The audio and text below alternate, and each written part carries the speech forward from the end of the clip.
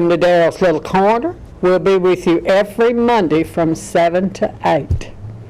Tonight in the studio with me, I have Jeffery Robbins. Now, some of you are saying, well, look at there's old Jeff on TV. And then some of you are saying, who in the world is that? Well, they's got me in town a few weeks ago, and she said, oh, Daryl, who are you going to drag up now? Well, Jeff, you're it. Okay. I want to say welcome to Daryl's Little Corner. Well, thank you for having me. I appreciate you coming. Jeff, where are you from? Well, I'm from here in Ripley. I've grown up here all my life. That's really about it. Okay. Who's your parents? My mother is Donna Morales, used to be Donna Sims, and then my dad was Jeff Robbins. Mm-hmm.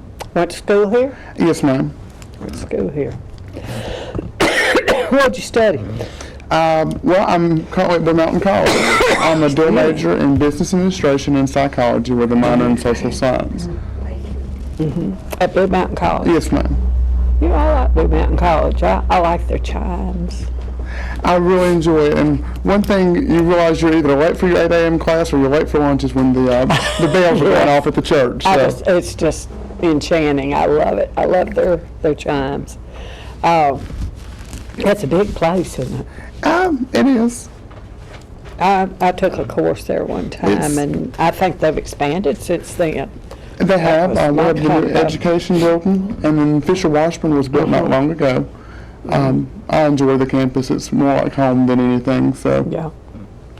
Are you married? I am not. You're not. So no children.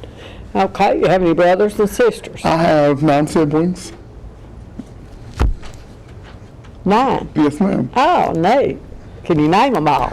Yeah. Well, there is myself, and then my mom and dad had Jacob and Megan. They divorced and both got remarried. My mom had Alex, Lily, and Luca. My dad had Michael, Colin, Nevaeh, and Alexis. So, just pretty neat. Pretty neat. It's pretty. Okay, now you seem like a average guy, but everybody's got little quirks in their character. They got a little quirk, a little odd something about them. Except me, I'm just normal. I mean. There's a little quirk in your life, and you probably think, oh, it's not quirky because it's normal to you, but how many people hang around the jail? well, that's kind of what you have to do. Yes, ma'am. Yeah. Tell us why. Tell us what you do. Well, I like bonds as well, but we mostly do bail enforcement. So if you see us coming in, we're usually bringing somebody in, unfortunately. So if you see Jeff at the jail, you don't say, oh, look at that old guy out there, what he's been into. No, it ain't like that. Oh, me. Is this something you just always wanted to do? Well, it's kind of interesting. I was approached about it probably when I was 19 years old. I'd known Brandon Vance, who was one of our former sheriffs for years. I remember Brandon. And we had a bail bondsman, a lady that owned a company there, and one of the biggest companies in the state. She approached me, and I got involved in that, and I did bail bonds for about a year. Well, they wanted somebody to do just bail enforcement, and they were looking for somebody to do that, and so I took that position in June of last year as the agent in charge for the Mississippi Bail Enforcement Agency. What does a young man, now we always do this, if there was a young man out there, or a young lady, ladies do this, you know, there's men nurses and women doctors and all kinds of stuff now. So if there's a young person out there who is interested in this kind of a work, how do you become a bail bondsman? Well, there's a couple different things you have to follow through Section 99 of the state law. It's in state statute. You have to be 21 years of age. You have to not be convicted of a felony. You have to be able to do pre-licensing, which is in... So how would you get started? Well, you have to have a sponsorship by an agency or a company, and we always are looking for people. Mm-hmm. If anybody would like to go to our website, we have a job board there. It's www.msbea.com. Okay. If I was interested in being a bail bondsman, that's where you start. Okay. Do you have to go to a special school for this? You do. Well, it's not really school. It is, but it isn't. You go down to Jackson for pre-licensing, which is it's 4 days. It's a 40-hour class. You're down there from 8 to about 6, and you get an hour for lunch. You're down there for 4 days. You receive your certificate of completion for pre-licensing. You have to go down to the Department of Insurance for fingerprints, and then go down to the state for testing on the pre-licensing. During that pre-licensing course, they cover Section 99 of the law in great detail, which goes all the terminology and everything that's to do with bail bonding, whether it's soliciting or professional or bail enforcement. And then once you do that, you have to be under contract with a bail company for a matter of 2 years, and your license is good for 2 years. Okay. How if do you have to be bonded? You do.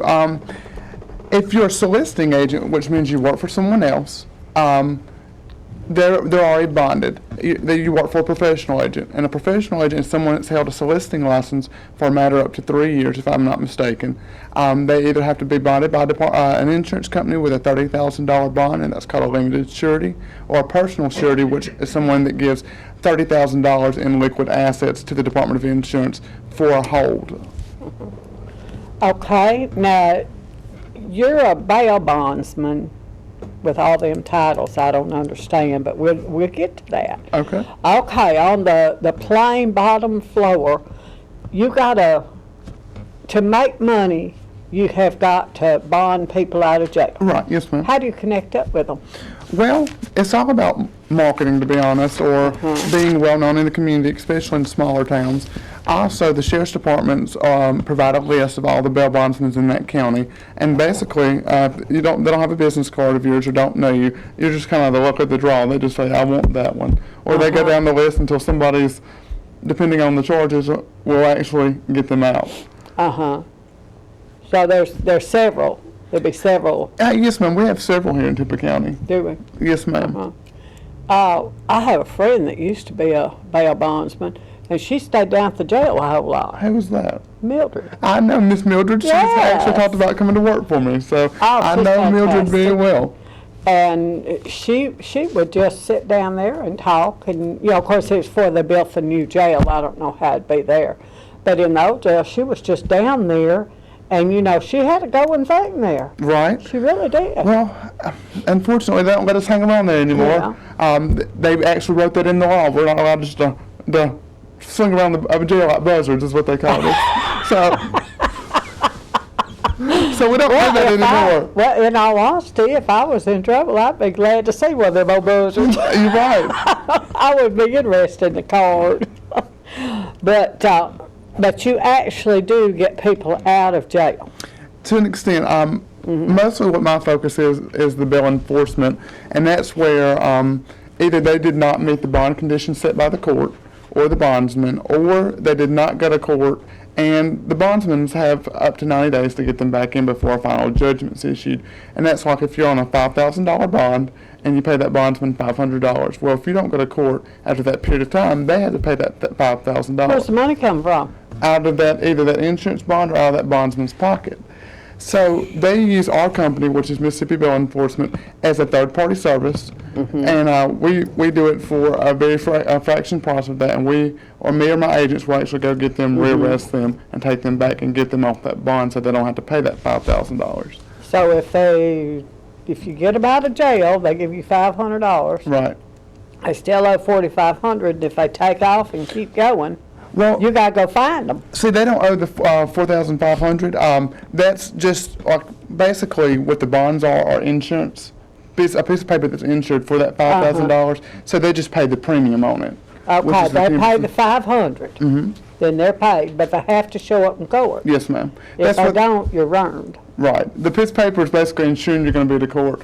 If it's usually a felony bond, what I see most bail companies do is they either have to come in and check in, or they have to make a phone call check in. And with all the wonderful new technology we have, they can check in by the phone, or we scan their fingerprint, just whatever they need us to do.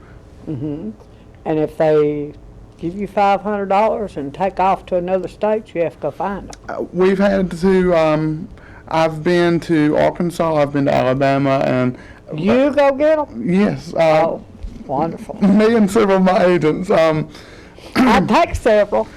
Yes, I would. I'd take several. Most of the people think we just go down there and it's just roughhousing with them. And stuff. Most of the time, it's just talking to them.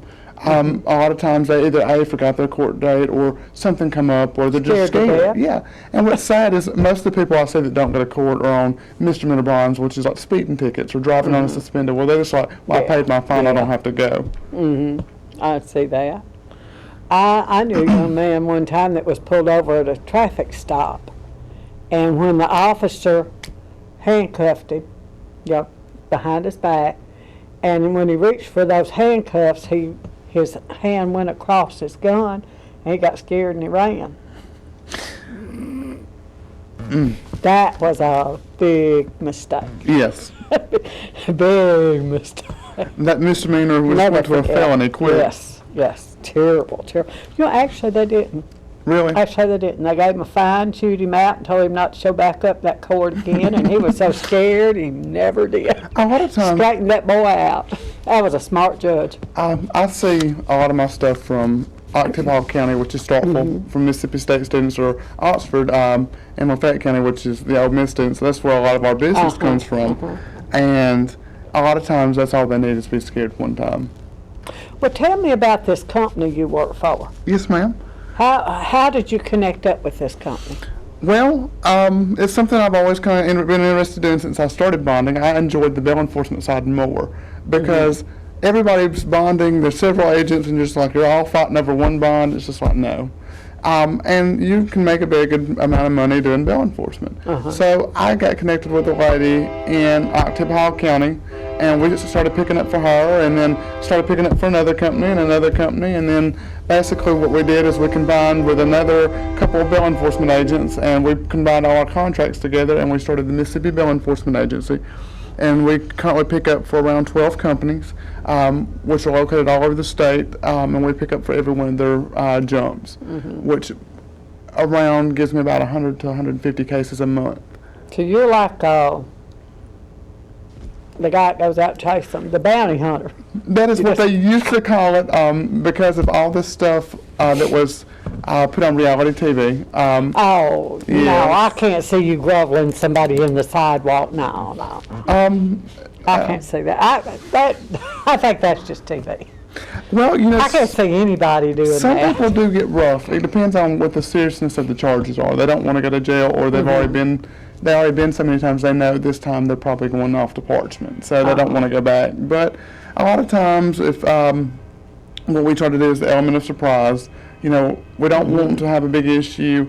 Now, the pickup we did in Jackson on Saturday was a little bit of an issue at a local Taco Bell, but be careful where you go out to eat, y'all. I don't mind to go into people's workplaces and get them.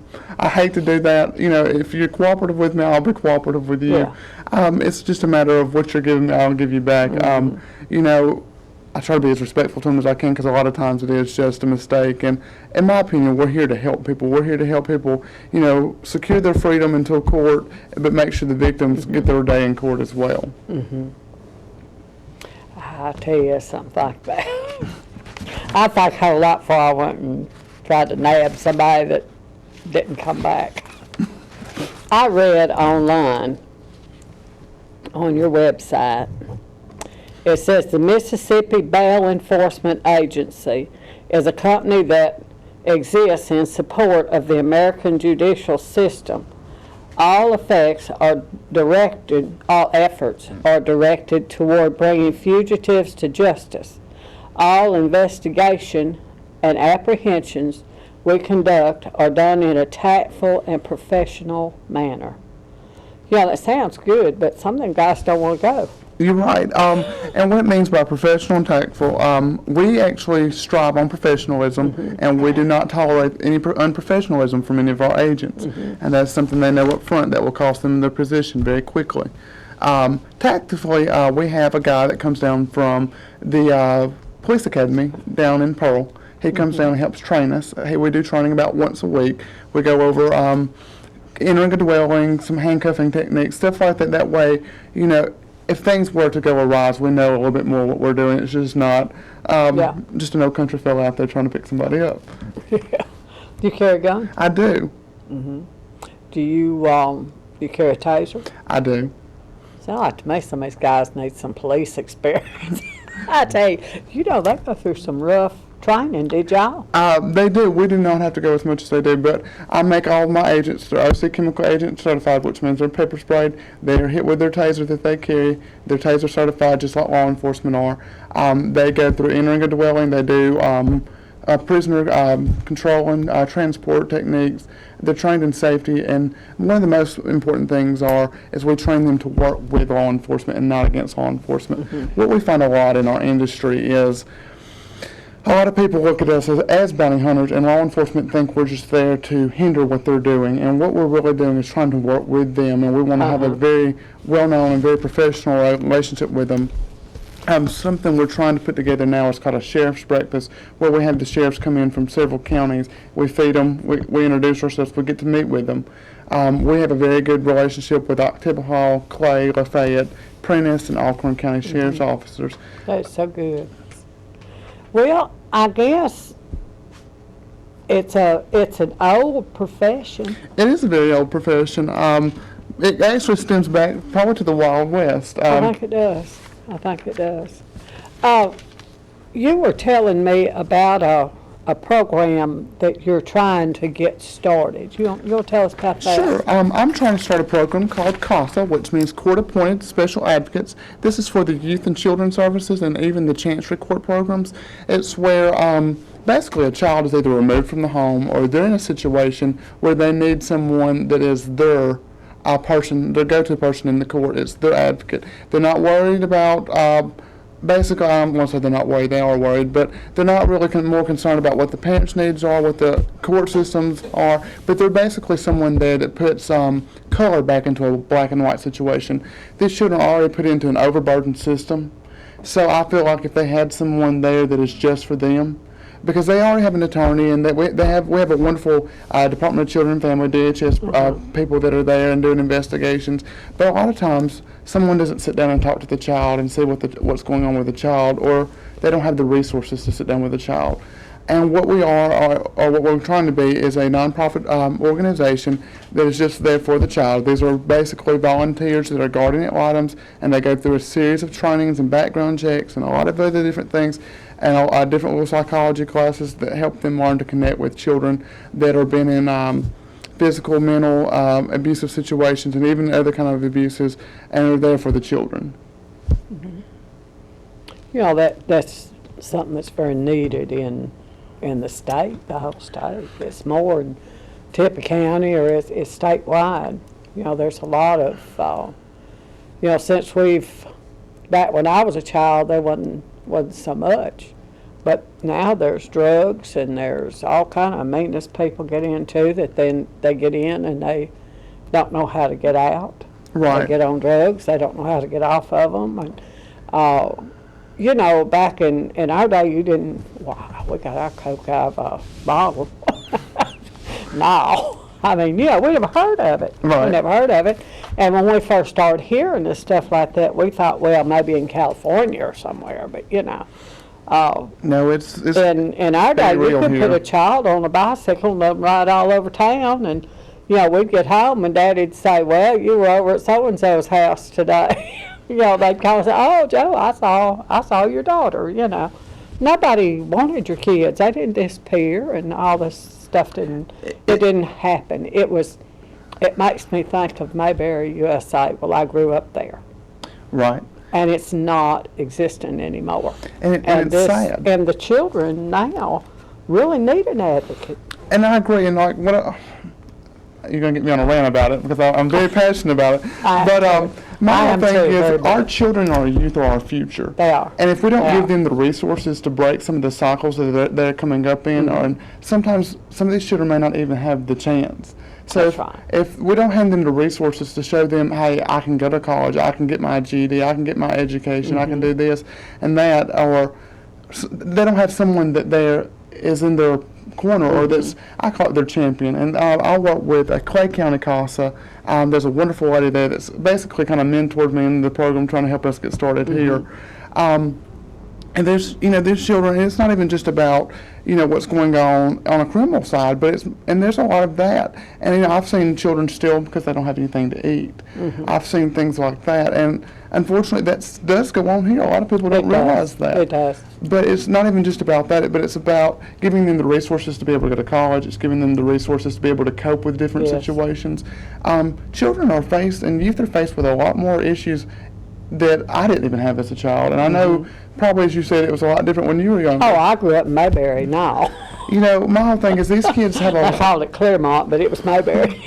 These children have a lot of different struggles, and they go through a lot of different things, and some of them need to actually let me rephrase that. They need to be taught a set of coping skills to learn to be able to deal with different things, and they probably don't have the best influences around them at school or sometimes even at home. So, I believe every child should have someone in their corner, and I always call it their champion, that's somebody that's going to believe in them and be there unconditionally for them regardless. There's another aspect to that. There's parents that need, now if you got a wild teenager, you need some help, honey. And now when I grew up, mother stayed home and raised the children. Right. Daddy worked. Well, or else you had a family business and everybody was there. But now both parents work in a factory and the TV raises the children. Right. And that don't work. It don't work. It just don't work. And there needs to be some kind of a help for that. And all of a sudden one day you wake up and you realize that your child has been sneaking out the window at night, or and people say, well, where was that parent at when that child did so and so? Well, they were out trying to bring food in the house to feed that child. That's where they were. I don't blame everything on the parents. You're right. So it's our society. It is. And you have to send that child to public school. They're in with children that are not taught morals. They're in with children that are not taught how to act and what to do and what not to, and they fall in with the wrong crowd. There should never be a wrong crowd. Those children need help before they become that wrong crowd. I agree. Yeah, like I say, don't get me started. There needs to be, but it takes a lot of volunteers and financing, and our people that are in authority, they don't have the backing. Correct. To correct this situation. And basically that'll open up doors. I read during a session in Jackson that they basically had to cut some funding that went to the youth program, but there are nonprofit grants that go to court-appointed special advocacies. There are different grants that we could apply for as a nonprofit that would just be there, and resources that would be there for the children. Basically, it really becomes into, when volunteers and stuff, it becomes a community of people, and that's what it really needs to be, is just a community that's there for each other. Because I'm going to tell you something, going inside youth court and children court and chancery court, who we have in there now, my hat's off to them, because I don't know if I could carry some of that home each day, what they see. It would be a load. It would be a load. And not only for the children, but the parents of those children. Nobody ever thinks about that. Like I say, we always say, well, where were those parents at when that child was shooting up a school or whatever they were doing? Why, those parents are working day and night trying to feed them. That's where they're at. So I think there needs to be some kind of help for the parents, too. I agree. I really do. And when tragedy strikes, a child gets in trouble, whether they're arrested or whatever, it hurts everybody. It does. Even the grandparents, everybody is hurt. Everybody. No win.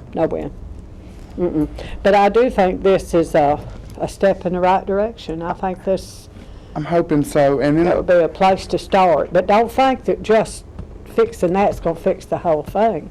but he'll get a start. I believe Put your foot so. in the door. And then Put your foot in something the we door. do at our agency as well is we have a nonprofit foundation where every other month or bi-monthly we support a charitable cause. And we're actually going to have a big breast cancer awareness in October. But another one of our things we're wanting to do is bullying this year. Bullying is a really bad problem, even here in Tippah County. There are children that are picked on and things to that nature. And as you said, it's a society thing. And there's only so much educators and administrative staff and authorities can do. Yeah. it Especially is. when laws It aren't is. catching up with times. And I'm not trying to be ugly towards You're anybody right. out there. You're right. But at the same point, my whole thing is the way I try to look at it is when these children come into the schools or they come into different things, we don't know what they're bringing in from home situations or what all they got on them. And then, to be picked on and adding to that, it could cause a series of psychological problems for them, or it could make them just be really self-doubtful and just feel like, a series of worthlessness. And none of these children are worthless. All these children have a future, and all these children are the future of Tippah County and the future of the state of Mississippi, and so on and so forth. Were you bullied in school? I did have a little bit of picking on because I do have CP, but I learned to deal with that, and then as you get older, it's a mentality thing, is what I called it. I learned to come to terms with my disability, and You deal with it. yeah. I was bullied when I was in school. But some of these children, I feel that if they're already coming in from a home situation that's bad, or a situation that's bad, and they're in school that's bad, but my whole thing is, where's their hope? I have to say it wasn't bad at home. I was bullied in school. I think children have been bullied ever since there was schools. My grandson was bullied in school, so much so that, he wound up in an alternative school and he loved it. And when his time was up, he begged to stay, and they made him go back to public school. So then he got into something else where he'd get back in alternative school. She finally took him out and taught him at home. Now, bullying is that serious. It's that serious, and it's not really something that the teacher alone can handle. Now, they do all they can, but they can't. Right. I mean, it's only so much one person can do.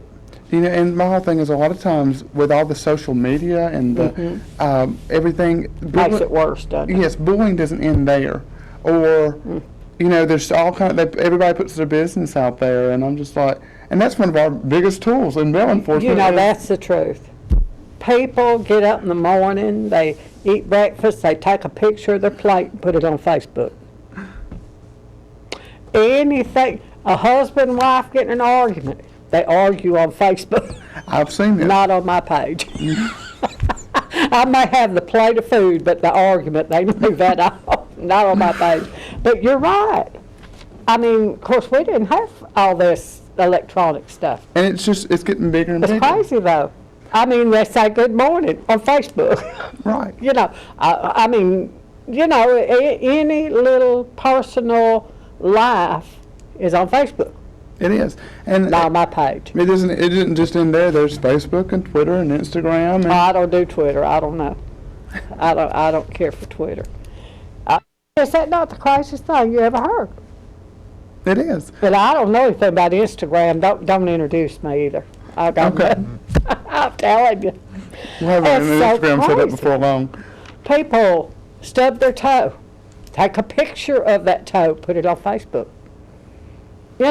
Every little thing, and some stuff, you put a picture on your sore toe on Facebook, I'll type you in a prayer. It's okay. I'll pray for you. But, I mean, literally, I will. But now, fussing and fighting, if you don't like your neighbor, don't put it on Facebook. I think it's become to a point where everybody wants that social interaction without actually interacting. They're able to do it from a computer screen, so they don't have to do it in person. So it takes the personal Yes. away from it. Yes. But I do. That's one thing, people abuse the social media. They do.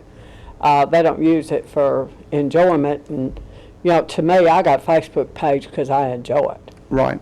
And when it gets yucky, I delete it. That's it. That is, anything yuck just gets deleted.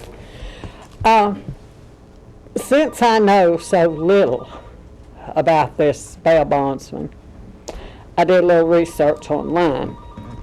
So I found this website where you can apply for a job. You apply for jobs now on the computer. Yes, as a person that's been in management for 5 years, I really enjoy it because they have to connect through their social media. And a lot of people don't realize before we hire you or bring you in for an interview, we're looking at what you're posting online. Oh, look at mine. I am so boring. But my thing is, and a lot of businesses are having to implement a social media policy because they're bashing employers or putting stuff out there that they don't need to put out there. Yes. Yes, I've seen some of that stuff too. If they don't like your job, just quit. Right. Just find another job. Keep your mouth shut. Don't tear it up on Facebook. That's so crazy.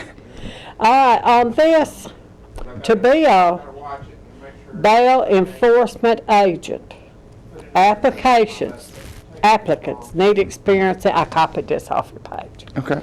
All right, applicants need experience in skip tracing techniques. What is that? Skip tracing techniques, and that even can go into collections or anything like that. A lot of people don't realize that, but that's using social media and other things to be able to find them. Skip tracing is using the application that they do when they turn in their bonds, the relatives, stuff, basically using that information to find them.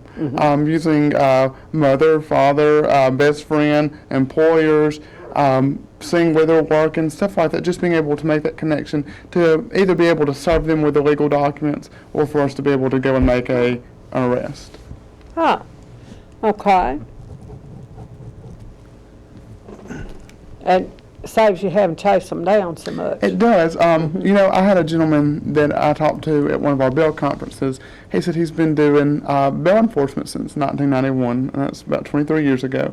And he said then it was just go find them, knock on the door, and take them to jail. He said now you got to get on the computer and you got to find them, and he said it's more in the office and behind the screen work. So, and it really is. We're in an information age now, and everything is kind of right there at our fingertips if we just look in the right places. Well, while we're on it, tell us what is your most exciting experience, don't name names, experience since you became an agent? We were serving a warrant down in Clay County. It was an elderly gentleman who was 65 years of age on some felony warrants, some drug related. Oh, man. We hunted for about a month for him. Finally got a good lead on him. We had left the office at 5 o'clock in the morning and got down to Clay County about 7 o'clock in the morning. Hunted him until 3 o'clock that morning. Found him. We found out he was in an apartment. We went down there. We were surrounded by a variety of group of people. Actually flagged down an officer because we have a good relationship with them. That's where the good relationship comes in play. She brought in Clay County SWAT team, and we hit a whole apartment complex. They were able to do part of their grand jury roundup and serve some felony warrants that they needed. And we actually found the gentleman in a crawl space he had built between the apartments. So he was stuck in between the crawl space at 65 years of age. I can barely get through a crawl space now. I don't know how he done it. Oh, man. He thought he was hid, didn't he? He did.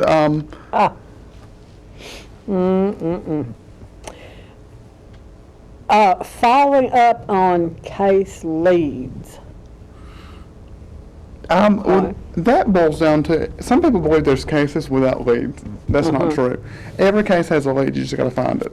And to bondsmen, I'm going to tell you, it's all about the information you get before you let them out the jail, because they'll give you any information you need before you let them out. Yeah, the one out. Yeah. Yeah, you're right, the one out. So tell you anything. It's just one thing if it's true. Well, a lot of times you can verify it. And as I said, we're a technology age, so just get your cell phone out. We all have them. Verify some of that information. Following up on leads is just a matter of, we actually on our website, we have a most wanted page, so we get some tips coming in on some of the people we're looking for. Actually, if you have good connections with people, you call that sheriff's office or you call a friend down in that community, and they'll give you some information, and you have to follow up on it to see if it's true. And that a lot of times will help you get in contact with that person, or you shake up that neighborhood or that area enough that they will call the office and be like, what's going on, why are you looking for me? But now these people that use a bail bondsman are not usually wealthy people, are they? No, they're not. They're not. Just regular folks. They are. And regular folks make mistakes, and sometimes they get scared and they just want to continue to make those mistakes. And I went into a jail in Winston County Saturday, and they had a big sign up in the middle when you walk in. It says, your fresh start starts today. And that's the whole thing. If you get it all behind you and get everything taken care of and start fresh, start over. That I believe in second chances, and I believe in new starts. I do really too. do. People change. People change. The Lord gave us a second chance, so why shouldn't we give people second chances? Absolutely. Absolutely. Okay, finding and developing information. Now, what is developing? Developing information is just taking one of those case leads and basically, I call it a tree. You can get a limb of information here, a limb of information here, and all kind of little tidbits. You're going out and you're meeting with these people in our community, you're interviewing neighbors, you're talking to them. If it gets that bad, we have to do that. Oh, you get you shot. I'm telling you. Well, depending on who you're dealing with, could get you shot. If I'm going to tell you, if you're out on a $10,000 bond, these agents aren't going to want to pay $10,000. They'd rather pay us a little fee to go out and do these things. They're right. But, it really is dangerous when you start asking around about somebody that's, now if it's somebody that, made a mistake and got scared, but, if it's a hardened criminal. Right. I hate to say that, but, there are some out there. We have some hoaxes we use and some different little, I have different little agents that'll play dress up for me and go out and pretend they're with a company or some fake company that we made up, and they'll go out and talk to them, and we find a friend from that area, and they'll go talk, and if they know them, it's easier, or if they don't think, hey, we're here to get them, they'll open up a little bit easier. Don't come by my house, I ain't going. I ain't going, I get shot, forget it. Somebody being around that neighbor, just forget it. Not me. I don't think none of my neighbors, I got good neighbors anyway. But I just thought, if somebody was into, say, selling drugs or, selling drugs to people that sell drugs or however they do all that stuff, looked like to me, you start asking questions, that's pretty dangerous. It can be, and we've been in areas like that before. And a lot of times that's when we have our Fugitive Recovery Task Force that we have developed, and those are agents that have been through tactical training that will go, and that's kind of the harder takedowns where we actually have to maybe remove your door as we go in. We don't like to do those. Remove my door. But we also, that's a lot of it. Again, it stems from your relationship with local law enforcement, and you can call them, and you get some sheriff's deputies to go with you, and they're there with you. They'll tell you what kind of neighborhood it is, or hey, wait, let us go with you, because a lot of times let them remove their door. Yes, because a lot of times, if these people are wanted by us, they have a criminal warrant as well issued by a judge, so the sheriff's office can interact if they would like. Okay, electronic database source. What's a database? A database is something like, we use different databases in the office to run your name through that gives us a variety of public records, whether it's your birth certificate, your death certificate, your Department of Motor Vehicle records, background check, credit history. There's no privacy in this country. Well, when you're out on bond, you sign a release of all this information in the applications. So, and a lot of it's public information as well, like your birth certificate, death certificate is public information, or any criminal records are. And if you've been in trouble once before, sometimes they're in trouble before that, so we take those criminal records and see what was on those information, like where the address of the warrant was, stuff like that. And we just basically backtrack until we find these people. Having financial difficulties and don't know where to turn? Call your friends at Capital Loans, 1322 City Avenue North in Ripley. Capital Loan offers the all-exclusive 30-day loan. Pay back in 30 days and keep your interest costs low. We offer monthly installment loans. With your financial situation, we can help. Come by or call Capital Loans today at 1322 City Avenue North, 837-9193. Capital Loans, best money in town. At Systems Electrical and Plumbing, we do residential, commercial, and industrial. There's no job too big or too small, and we provide 24-hour emergency service. Contact us at 662-993-8965 or 662-587-2968. That's Sisms Electrical and Plumbing. Did you know that 97% of all customers, your potential customers, go to an online site before making a purchase? Now, if these potential customers can't find your business name, you're missing out on a huge chunk of the purchasing market. What you need is a customized mix of mobile, social media, and resource solutions. What you need is DixieNet for outstanding web hosting and web design. You'll be in the driver's seat with an all-new user-friendly control panel. With a website from DixieNet, you can update new products or services, showcase special events, and advise your current or potential customers as to what's happening. Whether you're a big business or a small one, need a new website or need to update an existing one, call DixieNet at 800-918-9023. That's 800-918-9023.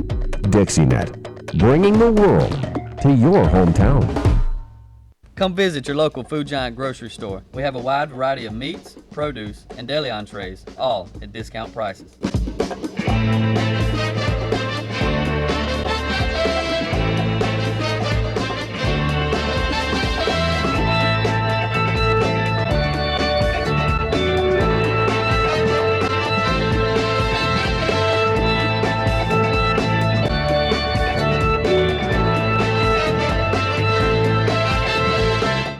When I realized that I had to go into a nursing home, I wanted to choose one that was clean and had a staff that could give me personal attention, and that is why I chose Rest Haven.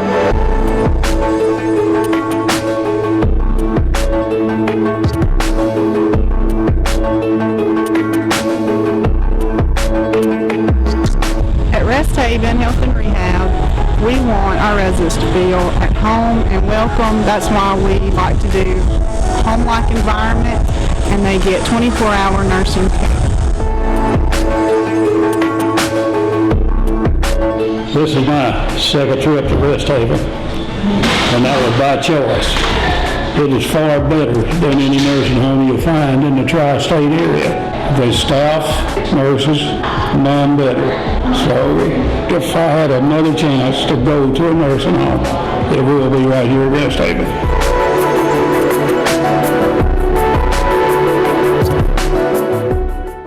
Genealogists look it up on something, trying to figure out who was kin to who. Right. Same thing. I'm never no good at that. I'm not either. I have friends that do. Oh, yes. My great-grandfather and my great-grandmother are wonderful at it, and they can tell, my great-grandfather could have told you everybody. I'm just like, I don't even know some of these people. I was a Jackson.